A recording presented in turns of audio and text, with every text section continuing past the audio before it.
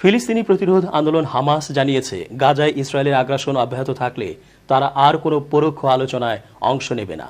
তবে ইসরায়েল যদি গাজায় হামলা বন্ধ করে তবে তারা বন্দি বিনিময় সহ পূর্ণ চুক্তি করতে রাজি। বন্দি বিনিময় এবং যুদ্ধবিরতি নিয়ে নতুন করে আলোচনার উদ্যোগ গ্রহণ করার প্রেক্ষাপটে বৃহস্পতিবার এক বিবৃতিতে হামাস এই সুস্পষ্ট ঘোষণা দেয়। গাজা পরিচালনাকারী হামাসের সাথে কাতার, মিশর ও যুক্তরাষ্ট্র বন্দি বিনিময় ও যুদ্ধবিরতি আলোচনায় বর্তমানে অচলাবস্থার সৃষ্টি হয়েছে। হামাস চলতি মাসের প্রথম দিকে একটি যুদ্ধবিরতি চুক্তি মেনে নিলেও ইসরায়েল তা গ্রহণ না করায় সমঝোতা হয়নি। এছাড়া আন্তর্জাতিক বিচার আদালত আইসিজে এর রাফায় হামলা বন্ধ করার নির্দেশ দেওয়ার পরও ইসরায়েল সেখানে ভয়াবহ আক্রমণ চালিয়ে যাচ্ছে। হামাস জানায়, তারা আলোচনার সময় যথেষ্ট নমনীয়তা প্রদর্শন করেছে।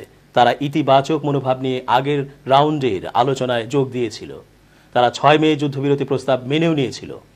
হামাসের বিবৃতিতে বলা হয়, হামাস এবং ফিলিস্তিনি গ্রুপগুলো আমাদের জনগণের ওপর আগ্রাসন, অবরোধ, দুর্ভিক্ষ ও গণহত্যা অব্যাহত থাকার পরও অব্যাহতভাবে আলোচনা চালিয়ে যাওয়ার নীতি গ্রহণ করতে পারে না। এতে বলা হয়, আজ আমরা আলোচকদের আমাদের পরিষ্কার অবস্থান জানিয়ে দিয়েছি যে দখলদাররা যদি গাজায় আমাদের জনগণের বিরুদ্ধে এই যুদ্ধ ও আগ্রাসন বন্ধ করে তবে আমরা ব্যাপক ভিত্তিক বিনিময় চুক্তি সহ পূর্ণ সমঝোতা করতে রাজি। আগের আলোচনাগুলোতে বেশ কিছু গুরুত্বপূর্ণ বিষয় অমীমাংসিত ছিল। হামাস বারবার বলে আসছিল যে তারা স্থায়ী যুদ্ধবিরতির নিশ্চয়তা, গাজা থেকে ইসরায়েলি বাহিনীর পূর্ণ প্রত্যাহার এবং বাস্তুচ্যুতদের বিনা বাধায় বাড়ি ঘরে ফিরে যাওয়ার ব্যবস্থা করা ছাড়া কোনো চুক্তি গ্রহণ করবে না। ইসরায়েল হামাসের দাবিগুলোকে অগ্রহণযোগ্য হিসেবে অভিহিত করে বলেছে তারা হামাসকে গাজা থেকে উৎখাত করতে চায়। গত 7 অক্টোবর হামাস ইসরায়েলের ভেতর থেকে 240 জনের বেশি লোককে ধরে আনে। ইসরায়েল এরপর গাজায় হামলা শুরু করে। এতে 36,000-এর বেশি লোক নিহত হয়।